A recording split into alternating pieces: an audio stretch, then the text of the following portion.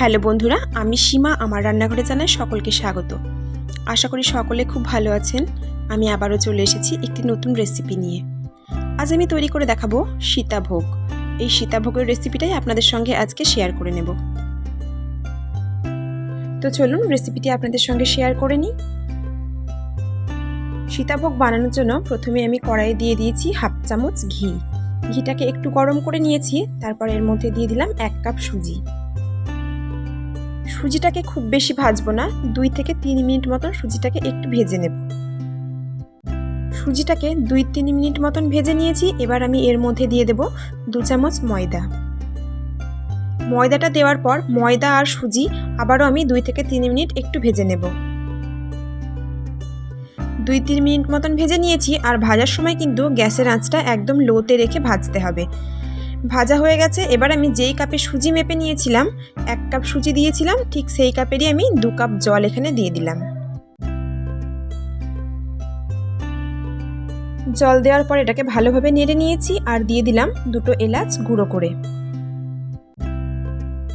এলাচ গুঁড়োটাকেও ভালো করে মিশিয়ে নেব। ভালো করে নাড়াচাড়া করে নেওয়ার পর এরকম একটা ডো আমি তৈরি করে নেব।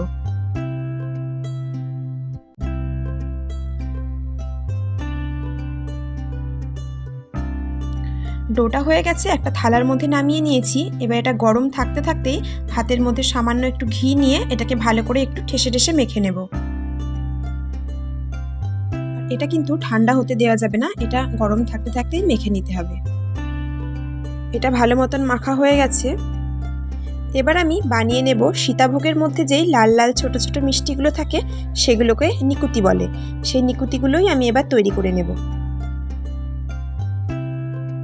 এখানে আমি 10-15টা মতন নিকুতি বানিয়ে নিয়েছিলাম। সবগুলো আমার বানানো হয়ে গেছে। এবার আমি এগুলোকে ভেজে নেব। তার জন্য প্রথমেই নিয়ে নিয়েছি কড়াইয়ে বেশ কিছুটা পরিমাণ সাদা তেল।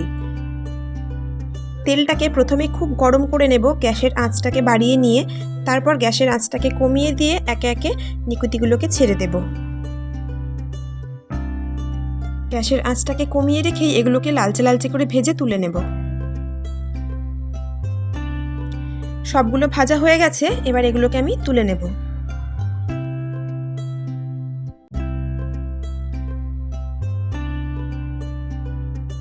এবার ওই তেলের মধ্যে গ্রেটারের সাহায্যে যে বাকি ডোটা রাখা ছিল, সেই ডোটাকে এরম গ্রেট করে করে তেলের মধ্যে দিয়ে দেব। খুব বেশি দেব না, অল্প অল্প করে এরম করে করে আমি এগুলোকে ভেজে তুলে নেব।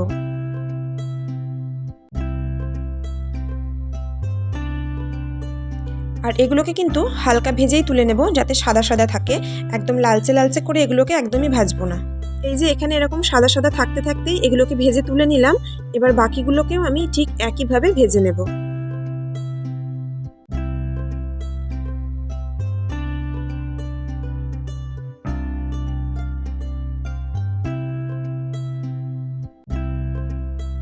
তো এভাবে আমি আবারও একবার ভেজে নেব।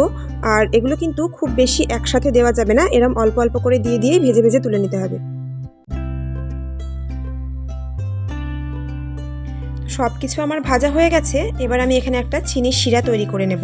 তার জন্য নিয়ে নিয়েছি 1 বাটি চিনি, 1 বাটি জল।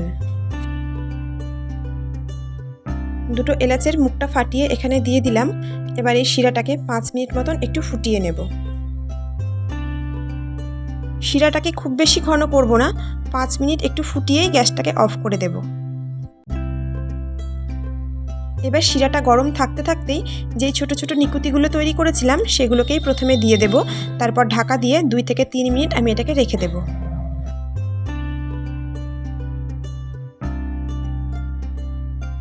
2 থেকে 3 মিনিট পর ঢাকা খুলে নিয়েছি। এবার এর মধ্যে ভেজে রাখা সীতাভোগগুলোকেও দিয়ে দেব। ভালো করে রসের সাথে একটু মিশিয়ে নেব। তারপর এটাকেও ঢাকা দিয়ে আমি 15 মিনিট মতন রেখে দিয়েছিলাম।